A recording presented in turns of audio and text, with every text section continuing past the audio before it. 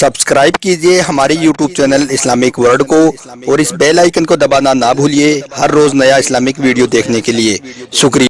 दोस्तों, मियाँ बीबी को लेकर बहुत सी बातें हमारे समाज में फैली हुई हैं।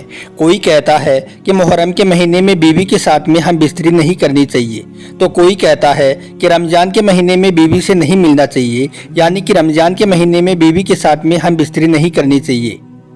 मगर हम आपको बता दें कि आप हर जगह पर अपनी बीवी से मिल सकते हैं, यानी कि आप हर जगह पर अपनी बीवी के साथ में हम बिस्तरी कर सकते हैं।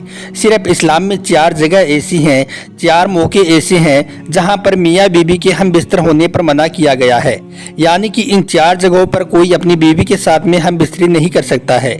इसके अलावा आप जहां भी चाहें, जिस वक्त भी चाहें, आप अपनी बीवी से मिल सकते हैं, आप अपनी बीवी के साथ में हम बिस्तरी कर सकते हैं। कहीं पर कोई मनाही नहीं है, बल्कि मियाँ बीवी का आपस में मिलना, एक दूसरे से मोहब्बत करना इबादत में शुमार है।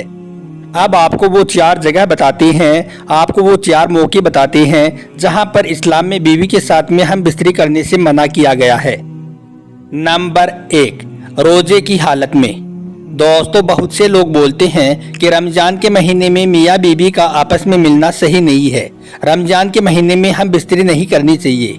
मगर हम आपको बता दें कि रमज़ान के महीने में बीवी से हम बिस्तरी करने से मना नहीं किया गया है, बल्कि अगर कोई शख्स रोजे की हालत से है तो रोजे की हालत में बीवी के साथ में हम बिस्तरी करने से मना फरमाया गया है। यानी कि रोजे की हालत में आप अपनी बीवी के साथ में हम बिस्तरी नहीं कर सकते हैं। रोजे की हालत में बीवी से हम बिस्तरी करना जायज़ नहीं है। इसके अलावा आप रमज़ान के महीने में रात को अपनी बीवी से मिल सकते हो। अल्लाह ताला ने खुद इरशाद फरमाया है कि मुसलमानों के लिए रमज़ान की रातों में अपनी बीवियों के पास में जाना जायज़ है। नंबर 2, एहराम की हालत में।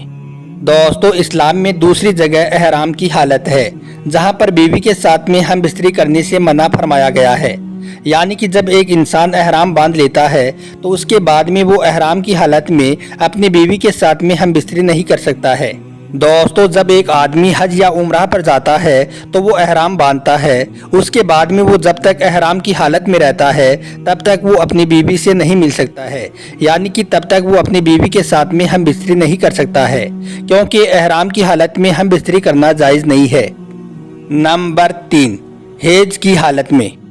दोस्तों, इस्लाम में तीसरी जगह वो है जहां पर आप अपनी बीवी के साथ में हम बिस्तरी नहीं कर सकते हैं, वो है बीवी हेज की हालत में हो।